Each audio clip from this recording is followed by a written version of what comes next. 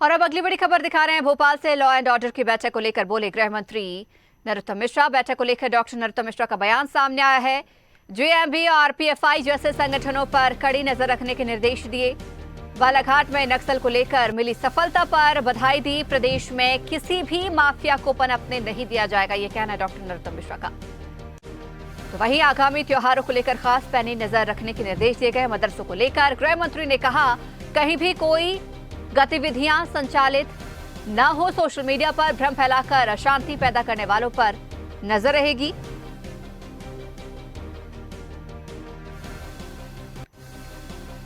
और कोई भी संगठित अपराध मध्य प्रदेश में नहीं पनपने दिया जाएगा।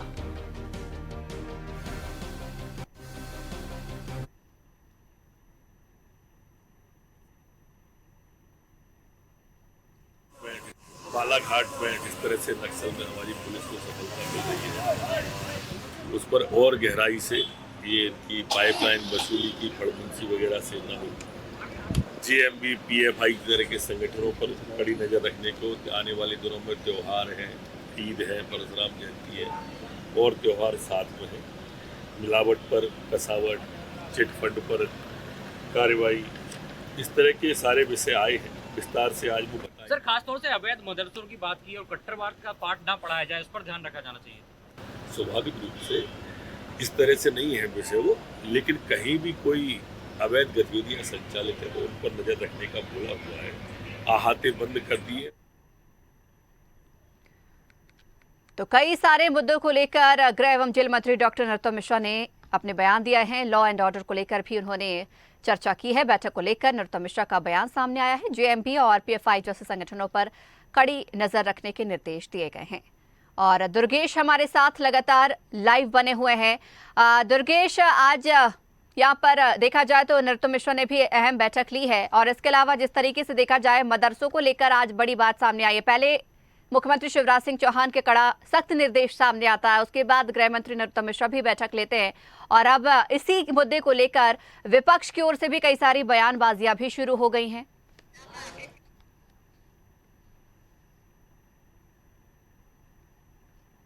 बिल्कुल संचिता, अगर देखा जाए जिस तरीके से आज सीएम हाउस में एक बड़ी बैठक हुई जहां पर कानून व्यवस्था को लेकर डीजीपी से लेकर और तमाम संबंधित जो अधिकारी हैं उनको वर्चुअल जोड़ा गया। इसी दौरान पर जो गृह मंत्री नरोत्तम मिश्रा हैं उनको भी इस कानून व्यवस्था की बैठक में बुलाया गया था।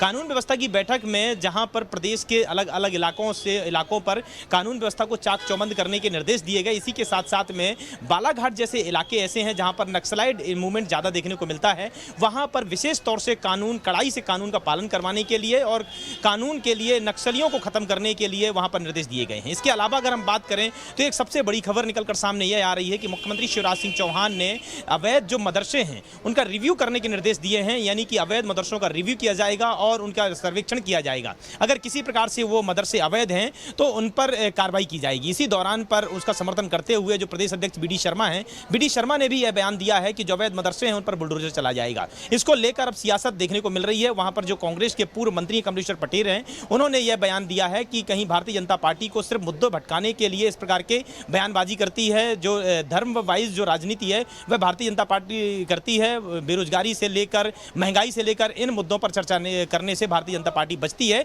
इसलिए ऐसे मुद्दों को हवा दी जाती है। जी लेकिन दुर्गेश, देखा जाए तो ये पहली बार नहीं है जब मदरसे को लेकर कई सारे सवाल उठ रहे हैं, लेकिन पहले भी प्रदेश की राजनीति में इस तरीके की बातें देखने को मिली है।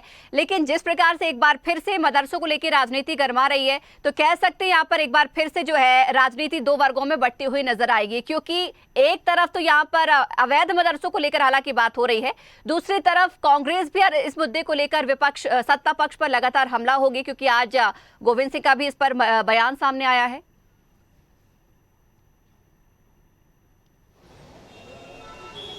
बिल्कुल स्पष्ट तौर से संचिता, अगर देखा जाए जिस तरीके से जैसे ही चुनाव नज़दीक आते हैं तो वहां पर चाहे हम बात करें जो वोटर हैं, वोटर के चाहे दो वर्गों की बात करें, दो जातिगत समीकरणों की बात करें या धार्मिक समीकरणों की बात करें, तमाम तरह से हर प्रकार के हथकंडे अपनाए जाते हैं, जिसको लेकर कहीं ना कहीं कांग्रेस पार्टी इस बात को लेकर मुद्दा बना रही है। वहीं अगर जिस तरीके से भारतीय जनता पार्टी ने मदरसों के सर्वेक्षण की बात कही है तो दूसरी तरह विपक्ष भी अब सक्रिय भूमिका पर नजर आ रहा है, विपक्ष भी सक्रिय हो गया है। इसी के साथ में मैं आपको बताना चाहूंगा कि 2 दिन पहले ही जो दिग्विजय सिंह है कांग्रेस नेता, उन्होंने भी यह बोला था कि पूरे प्रदेश में, पूरे देश में जो आंकड़ा है वह मुसलमानों का आंकड़ा हिंदुओं के कंपेयर में कम हो रहा है, और जो उनका जातिगत आंकड़ा पहले था उसकी बजाय, उसकी अपेक्षा में अभी कम है, जिसको लेकर भी भारतीय जनता पार्टी ने काफ़ी मुद्दा बनाया था। और अब इसके बाद जिस तरीके से मुख्यमंत्री शिवराज सिंह चौहान ने यहाँ पर यह निर्देश दिए हैं कि जो अवैध मदरसे हैं उनका सर्वेक्षण किया जाए, उनको रिव्यू किया जाएगा, और उसके बाद में अगर वे अवैध पाए जाते हैं तो उन पर कार्रवाई की जाएगी। इसको लेकर भी नेता प्रतिपक्ष से लेकर तमाम जो पूर्व मंत्री हैं वह भी इस मामले पर अब कहीं ना कहीं हवा देते हुए नजर आ रहे हैं और इसको एक राजनीतिक रूप देने की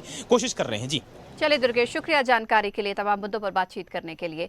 तो आपको बता दें कि लॉ एंड ऑर्डर को लेकर आज सीएम हाउस में बैठक आयोजित की गई थी, जिसको लेकर कई सारे बयान आज गृह मंत्री नरोत्तम मिश्रा देते नजर आए हैं।